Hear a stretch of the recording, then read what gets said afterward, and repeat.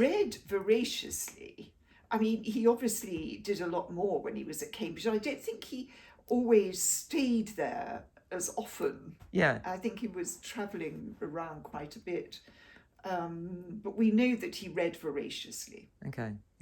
And So, the other thing I found interesting is that Annabella Milbank, who is not a relation, was she was mathematical herself. yes, she So was. his daughter Ada picked up on the mathematical side of things, because obviously that's where she went and worked with Charles Babbage, and then the difference engine and everything else, and now we have computers and AI because of Ada Lovelace. Do you think Byron had any interest in that side of things at all? Architecture, engineering, mathematics? Because I when I look at poetry, I see a mathematical format. And the same with when you look at some of Shakespeare, the way that you actually say the lines, it's in a rhythm, almost geometry. I mean, St. Augustine wrote a book called De Musica, on music, which is mainly about mathematics, but it's about mathematics and it's about poetry, and because they are about relations and proportions and shapes. So there's that. And well, the Gothic and the geometric shapes within Gothic architecture are all based around mathematical formulas of frequencies. They are indeed. So they're always related also to the body and to the cosmos. Yeah. They're a kind of sacred geometry. Yeah. So there is that. I don't know whether Byron was wildly mathematical. I mean, Isabella Milbank is an interesting figure because she was linked to the cooperative movement. She was a great benefactress to all sorts of people, including George MacDonald, who went on to write Gothic fantasy, among other things, and it was also a kind of lay theologian. Well, he was a priest, he was a minister in the Congregational Church, but his views were too controversial.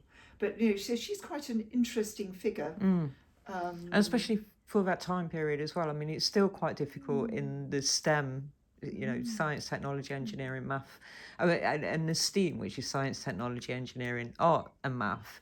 But it's still a heavily male-dominated area. So what are we talking? 200 odd years ago, it would have been a phenomenally difficult area to have excelled in.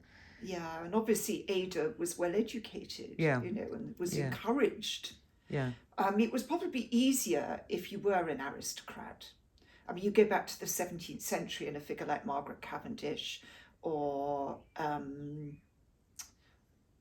can't think of the name of the philosopher, Anne Conway, the philosopher. They're both from the upper classes, where there is far less kind of expectation that you have to spend your time in domestic chores. You can, if you've got the right parents, you're able to engage, as Margaret Cavendish did, in sort of scientific interests and in writing philosophical works and so on. And Anne Conway, again, sort of linked to the Cambridge Platonists.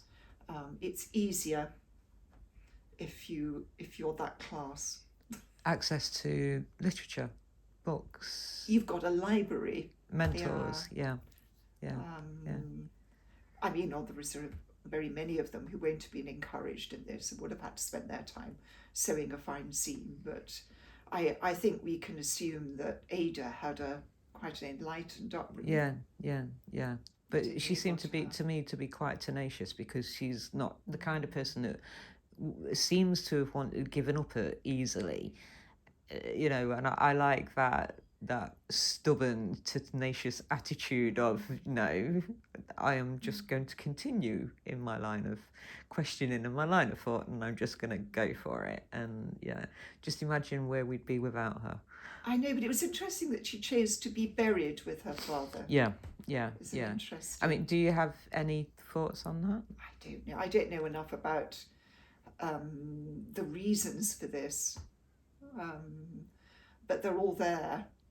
And of course, another Gothic touch is that when you go to Hucknall, where they're buried in the church, there is actually that they actually cut away a little spy hole so that you can look down to the coffin and in the vault, which again has to be for tourists because the Byron cult continues. Yeah.